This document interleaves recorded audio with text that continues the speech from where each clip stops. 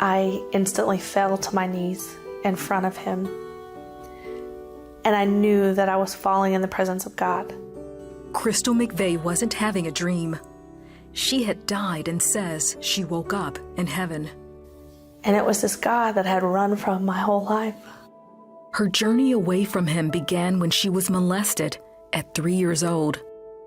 I grew up believing that I was disgusting and broken and filthy. Crystal went to church with her mother.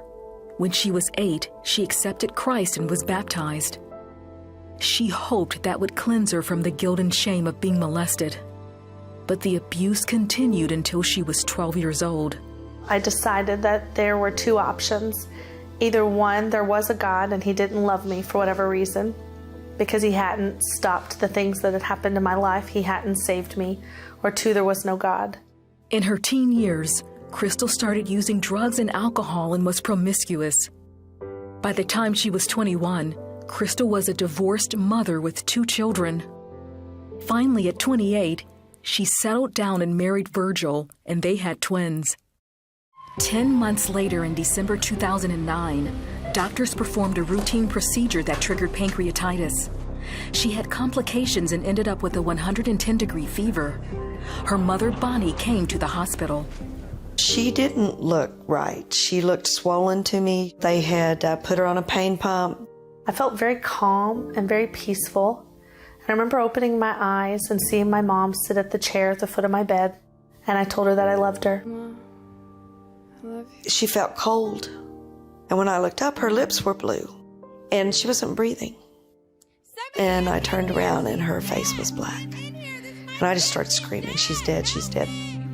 The nurse told me, she said, you need to leave, you need to, and I told her, I'm not going anywhere. Code blue, we need the crash cart in here, quick. For the next 9 minutes, doctors and nurses tried to resuscitate Crystal. About that time, Crystal's husband Virgil arrived. Everything went through my mind. I didn't know if she was alive, I didn't know if she was dead. I know why they didn't want me in there. It's violent. And so her 9 minutes in heaven were my 9 minutes in hell. While the team worked to revive her, Crystal says she was in heaven. The first thing I remember becoming aware of was that I was still me. And I was still the me who had just told my mother that I loved her and died. And I was very aware of the fact that I had just died. But I was also the me that had existed from the moment that God had created me. The light came to me as if I was in the middle of the tunnel, yet it went on for eternity. I remember being so at peace and so bathed in this light and this love.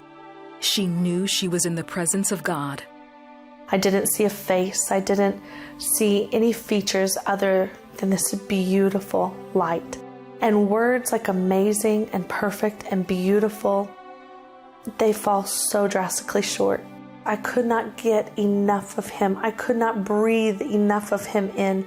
I could not get close enough to the light, and the light was all over me. Then, Crystal says she tried to ask God a question.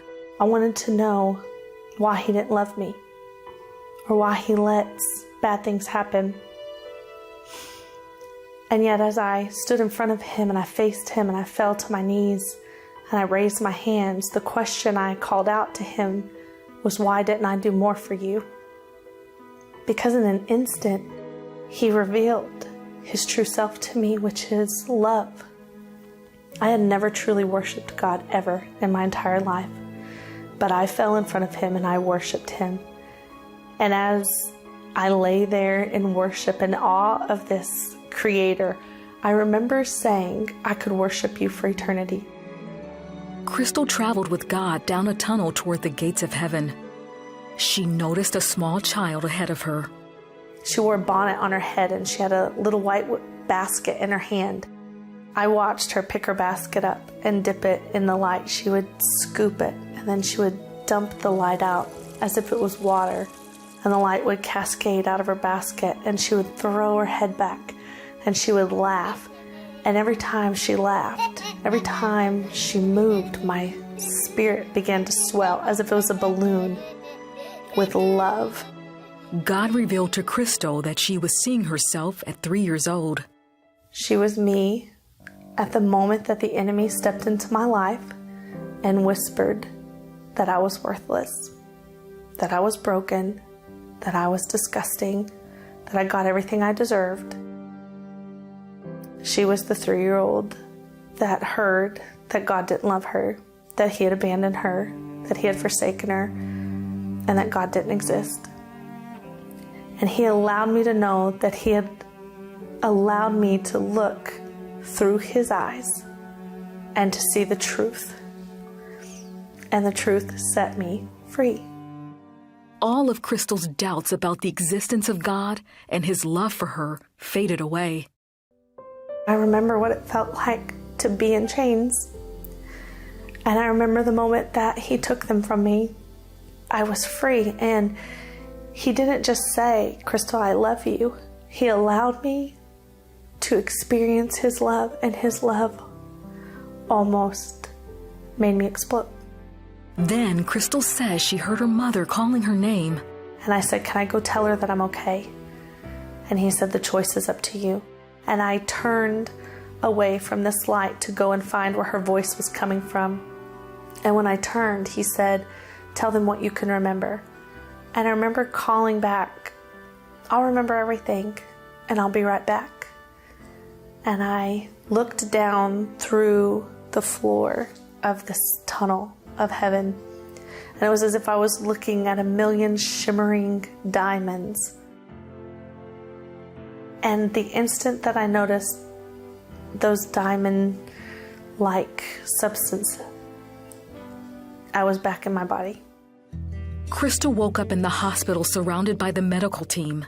And I turned to my mom, who was crying, and I told her that I was in heaven, that I was with God, and that I was in the most beautiful light, and that I was okay. Crystal left the hospital 8 days later. She'll tell you she left there a different person. My life has completely changed. The person that died in that hospital room was not the same person who came back in so many different ways. But the difference is that I know that there is a God who loves us. I know that there is a Father who really is listening to us, who really is holding us. Crystal has written about her journey in her New York Times best-selling book called Waking Up in Heaven. People often ask me, "What is your message? What message did He send you back with?" And it is so simple that it just doesn't matter who we are, where we've been, what's been done to us, what we've done, that His love is so vast and so great that it encompasses everything. And that we have that love not for anything that we've done to deserve it, but because He finds us worthy and because He gives us the choice to choose Him.